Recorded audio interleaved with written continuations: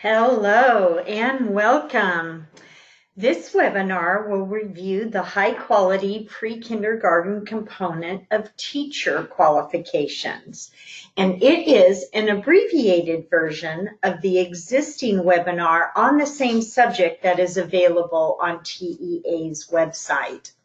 There is a copy of the slide deck available within the control panel for you to view. Here is our agenda for this short time that we will be together. We will begin by reviewing the high-quality pre-kindergarten components that are referenced in HB3, and then we will specifically go over the component of teacher qualifications. We will spend a little bit of time talking about mentoring and coaching, and then end our time together going over some valuable resources and support. So let's begin with briefly looking at the high quality components that are referenced in HB3. This slide lists those components for you, and they are a requirement of every public pre-K program within Texas that is serving eligible 4-year-old students.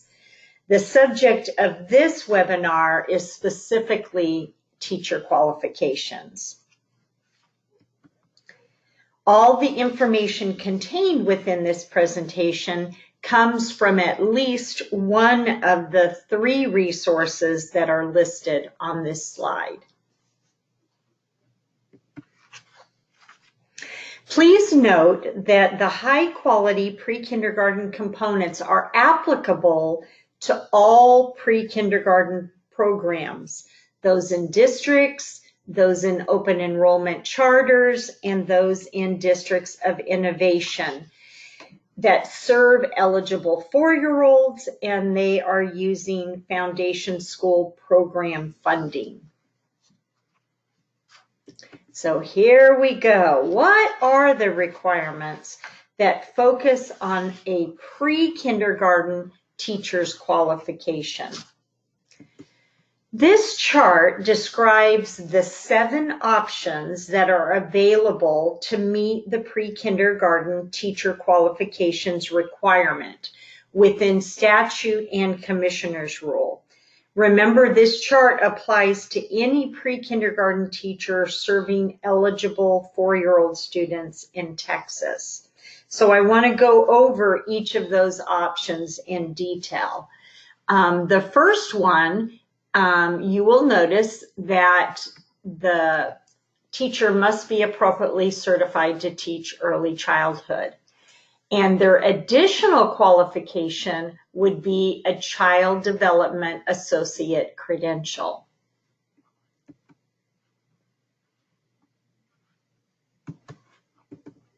The next option, again, a teacher must be appropriately certified to teach early childhood, but the additional qualification under option 2 is that they have a Montessori certification.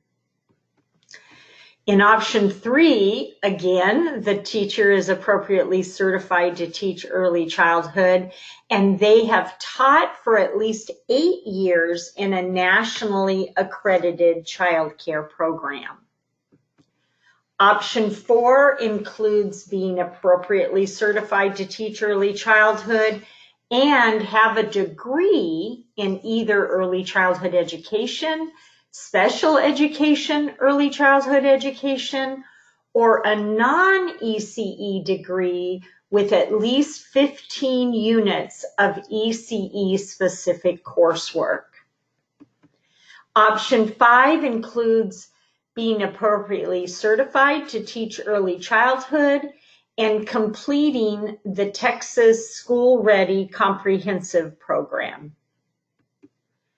Option 6, again, the teacher is appropriately certified to teach early childhood, and they have already completed 150 hours of professional development in ECE-specific topics, And within that 150 hours, 75 of those hours need to be in a mentoring coaching relationship.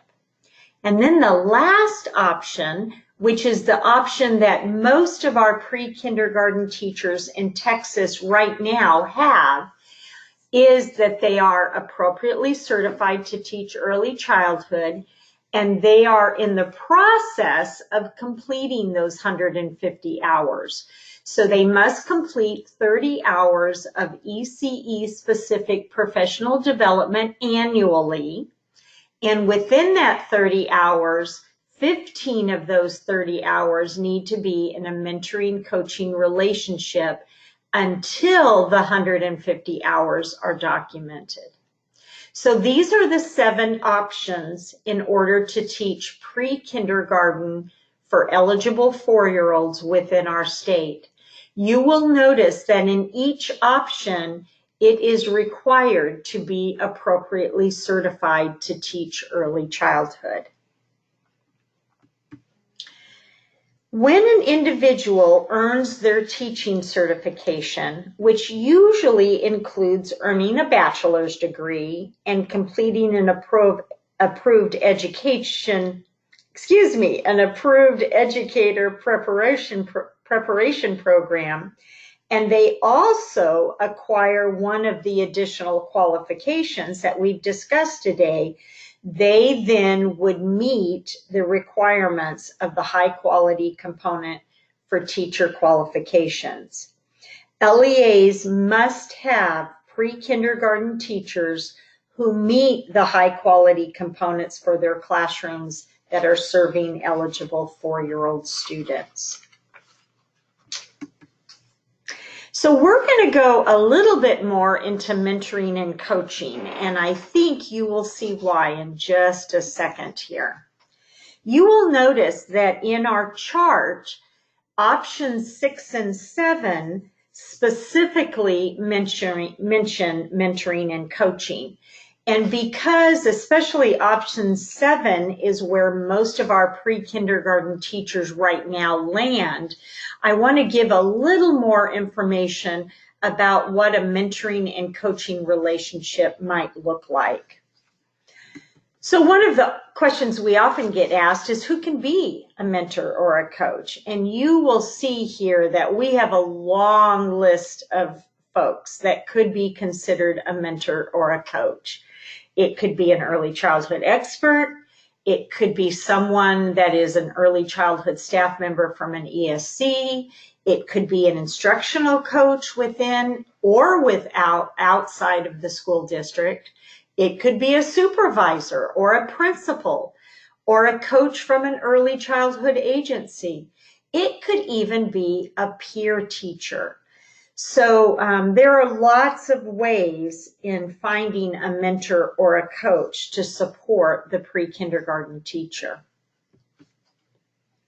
Here is a graphic description of the mentoring coaching cycle. There are 3 parts. The first is an observation of the teaching practice with some feedback, which leads to a collaborative and reflective goal setting time, which leads to the implementation of an action plan that is focused on some teaching behavior. And that teaching behavior hopefully will improve. And then the cycle just repeats itself. The mentor or coach would observe, we'd go back into collaborative, reflective goal setting, back to an action plan, and the cycle just keeps going on and on. There are several ways to deliver mentoring and coaching, and I want to go over these briefly. One would be, probably the most obvious, is just face-to-face interactions. But another one that a lot of districts are using are what we commonly call PLCs, or professional learning communities. The next one is technology-based coaching, and that might be done when practicing a new skill. A teacher could videotape themselves using some kind of technology, and then the mentor or the coach would watch the video tape and give feedback. So it is possible to use any of these methods to provide mentoring and coaching, and it is even possible to combine some of them. What's important here is to remember that no matter how the LEA delivers the mentoring and coaching, all aspects of the mentoring and coaching cycle described in the previous slide should be present. There should be observation with feedback, collaborative reflection, and action that is focused on the implementation of a new skill or a new teaching behavior, and then the cycle repeats itself. You may wonder, what do we document when we are performing professional development and or mentoring and coaching? Mentoring coaching documentation should include the name of the coach, the name of the staff member, the topic of the mentoring and coaching. Of course, it should be an ECE specific topic, and the time spent in the actual mentoring coaching activity. Let's look now at some resources and support that may assist you in complying with this high quality component. There are frequently asked questions that are specific to the teacher qualifications on our website. The Children's Learning Institute has a myriad of resources that not only focus on mentoring and coaching, but also in the skills that very effective pre-kindergarten teachers have.